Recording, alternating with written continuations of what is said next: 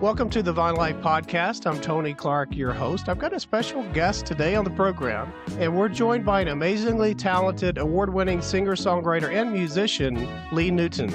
She has a new song release out. It's a powerful, newly reimagined classic song, Silver Threads and Golden Needles, with Georgette Jones and Heidi Parton. It's a heartfelt tribute to the iconic Dolly, Tammy, and Loretta Lynn version. We'll discuss this and her other endeavors as well, but more information about Lee can be found at her website, and that's leenewtonofficial.com. Once again, leenewtonofficial.com. Thank you for having me. It's going to be amazing. I'm looking forward to it. Well, I'm excited to have you on, and this newly reimagined version of Silver Thread and Golden Needles. Tell me about this song. How did it come about? Some of the ladies that you worked with, tell me the story.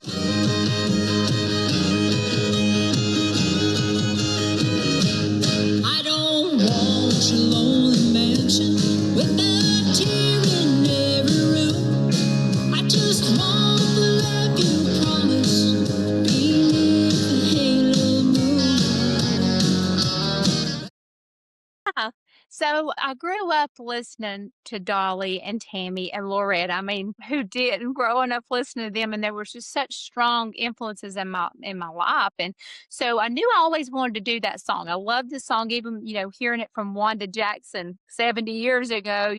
That's when she first released it, and it's been released a few other times by other artists, Linda Ronstadt and a few others. But I knew I wanted to do this song, and the first person that popped in my mind that I wanted to do it with was Georgette Jones. I'm like, I've always wanted to work with her. I love her. So I reached out to her, and I'm like, hey, would you like to do this? I had met her previously at another interview that we ran into each other and started our friendship.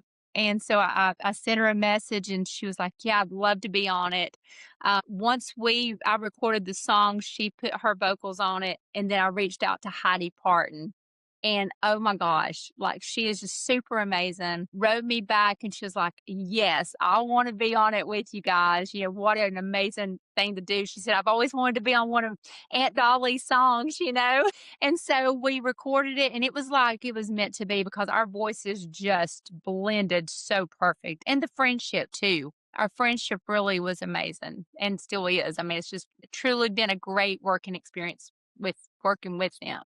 Again, this is a newly reimagined version, and it's actually spectacular. What type of responses have you gotten from this song? Oh my gosh, like, people have just reached out. I mean, they said, I can't get this song out of my head.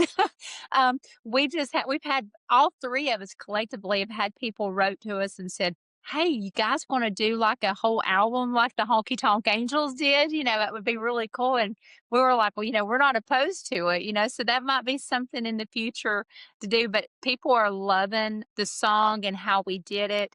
I most definitely wanted to pay tribute to Wanda Jackson, but we wanted to make it our own too. But, we added the second verse in where a lot of the other versions did not have it. Wanda's had that. So we added that in, but we've had just an amazing response with this song. It's truly doing great. Well, again, it is definitely an amazing song, Silver Threads and Golden Needles, a newly reimagined version, and you ladies do a spectacular job.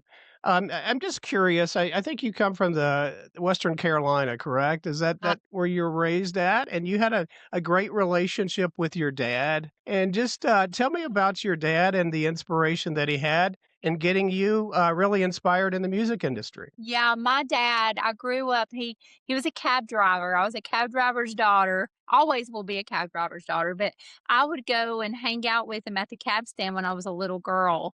And he loved music. He always had his guitar down there, and in between calls, he would get the guitar and play. And one day, I was about 7 years old. I picked it up and just started banging around on it. And he was like, he honed in on that and really worked with me to start teaching me how to play. And then he would, I had all these musical influences, all this music that he would play. And I started learning the songs and singing them with him.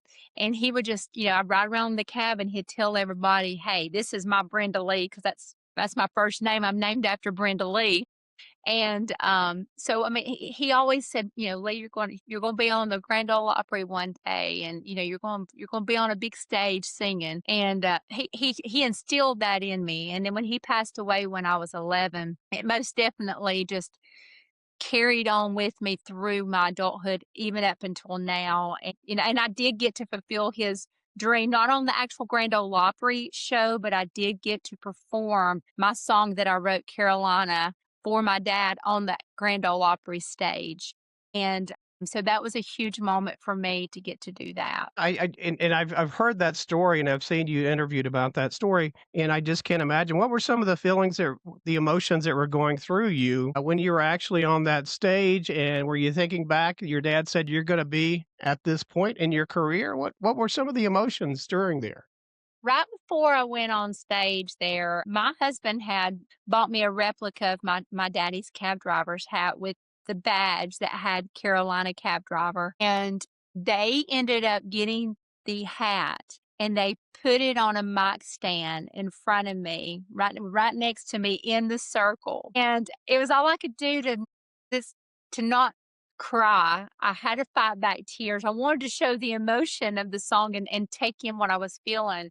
But it was I was trying not to cry, but I just knew that my daddy was smiling down on me so big and so proud. And I know he's already proud no matter what I do, but for me to never give up on my dream and the dream that he had for me, I just know that he is still smiling down for all the stuff that I've gotten to accomplish in these last several years. I mean, I've started getting back into it and writing and recording 6 years ago. So all of this stuff and all these people that I've opened up for and worked with and collaborated with and my albums, I mean, that's been within 6 years. So Well, again, that's an amazing story, an amazing upbringing that you had in Western Carolina there. Lee, not only are you a songwriter, musician, storyteller, but you're also, let me expand on that just a little bit. You're a storyteller. You write books, you write children's books, and you've got a cookbook out as well. Tell us a little bit about those. yeah, so I started out, I've always wanted to tell my stories. And on Facebook, I'll write little stories that I went through when I was growing up. So I grew up, everybody has their story, and I grew up hard. But the stories that my daddy taught me from those life lessons carried on with me through adulthood. And I thought, I want to do kid stories and tell my little stories, and maybe it might help some other little kid, pave their path along the way, or help them dream a little bit bigger. So I started out writing the Brenda Lee series. So I have the cab driver's daughter. There's the Blue Christmas, Fearless Brenda Lee, and Brenda Lee Learns Honesty. So there's 4 children's books. They're already out and they're on Amazon. And then I cook. I'm a Southern cooker. I'm from Western North Carolina. I mean, we do the fried chicken. I make the big, baked biscuits. And so everybody kept saying, "Oh my God, I want your recipe. I want your recipe. You need to do a cookbook." So I finally, it's like, you know what? I'm going to put out a cookbook, but it's not just a cookbook. It does have you know, the memory page for my daddy and my mom, and it has, my family in there and little stories here or quotes here. It's all tied into music and family and love and food. So yeah, and all of the books are on Amazon. Just so super proud of them because it is an extension of songwriting. You're just doing it in a different way. So it's pretty awesome. If you're listening and you've got kids or grandkids, I certainly encourage you to check out those books. And if you like to cook as well. And I'm sure you've got some good Southern hometown recipes in that cookbook as well, correct? I most definitely do. And I have my famous biscuit recipe is in there. I mean, those biscuits just fluff up and melt in your mouth. I'm telling you. I'll bet. Yeah, and we'll talk about your upcoming music and that you're working on as well. But I want to talk about that song. You've got Carolina. I had a Yeah. chance to listen to that. And I come from a small town in Virginia. God help us right now, but I get that hometown feel. I get that hometown feel. You don't necessarily have to be from Carolina to really get into the groove of that song, and it really speaks to me somehow. What are some of the responses from that Carolina song that you've had? Now, I've got Carolina and I have Carolina Rain. Which one are you talking about? The Carolina Rain? Yeah, the Carolina Rain. That song, my gosh, the response that I've had of it, the views on the video, I did the video to it and showing parts around, where I grew up. I've had people from all over the world, England, Canada, Ireland, they'll write and they're like, I love your Carolina Rain song. I know I'm not from Carolina, but it gives you that feeling of home. It makes you feel like you're back home. And that's what it did for me. That song, every time I sing it and perform it, it just chokes me up, especially when I get to the part where it says, every time I pass by Daddy's grave. I mean, I get choked up every time I go to sing those words. But that song is a special song, and it'll be one, and it's going to be on my new project, Stripped Down, as far as the acoustic version of it. And it's one of those magical songs for sure. Absolutely. And I was thinking, no matter where you're from, that can speak to your heart there. And I certainly got that listening to that song.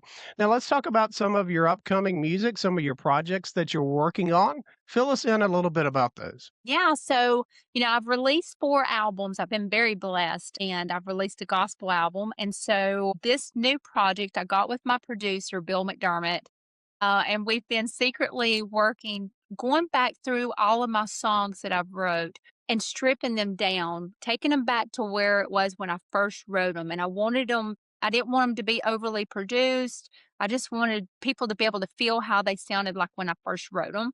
So I've got a new album coming out within the next couple months, but a couple of the singles will be released soon.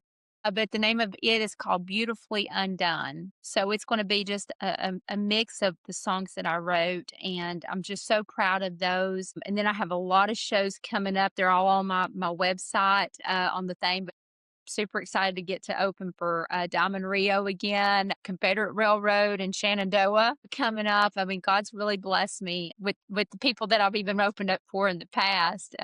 Been very, very blessed. Oh my gosh. Well, from early on, my mom had me in church from the time I could walk. And then she had me, I sang in church. My daddy played all the hymns on these guitar. I mean, and those songs always stayed with me and guided me throughout into adulthood.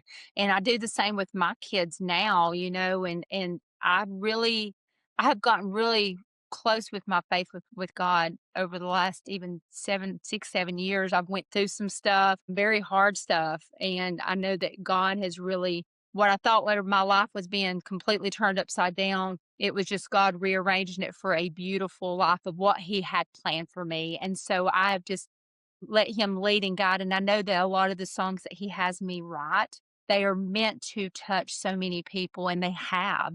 He's made a way for them to reach so many people. Faith plays a big part in who I am and my music and everything. Yeah, well, my main thing is don't ever give up. Don't give up on your dream. If you have a passion for it, don't give up on it. You're going to get a lot of no's, but I always take the no's as maybe a not now or not the right time. Don't let it get you discouraged. I do suggest that you have strong, amazing people around you that have your best interest at heart. Because in this business, you have to have that really great circle of people to keep you grounded, to keep you protected. But main thing is stay true to who you are. Just make the music that you love and put it out there, and just, let everything happen organically, and if it's in the right time, then it's going to happen. Wow, we've touched on a lot. Just make sure you check out my books on Amazon.